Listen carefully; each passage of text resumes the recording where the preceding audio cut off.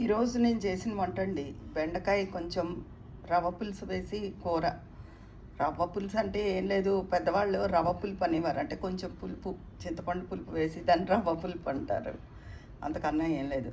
చింతపండు పులుసు, బెండకాయ పోపు వేయించేసి మినపప్పు, శనగపప్పు, ఆవాలు, జీలకర్ర, ఎండుమిర్చి, కొంచెం కరివేపాకు పోపు వేయించేసుకుని అందులో ఈ బెండకాయలు వేసేసుకోవాలి. కొంచెం చింతపండు పులుసు, పసుపు, తగినంత ఉప్పు వేసుకోవాలి, ఒక చిటికెడు కారం. కూర అంతా మగ్గిపోయిన తర్వాత అలా కూర మెల్లిగా ఈ చింతపండు పులుసుకు ఉడుకుతూ ఉంటుంది. ఒక పావు గంటలో అయిపోతుందండి లేత బెండకాయలు.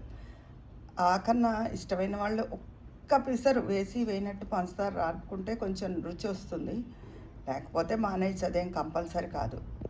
బెండకాయ పులుసు వేసి కూర వండాను. ఈరోజు సింపుల్ వంటేలండి. చారు పెట్టానండి అంతే, ఏం పొడి అది వేయలేదు, మామూలుగా చారు.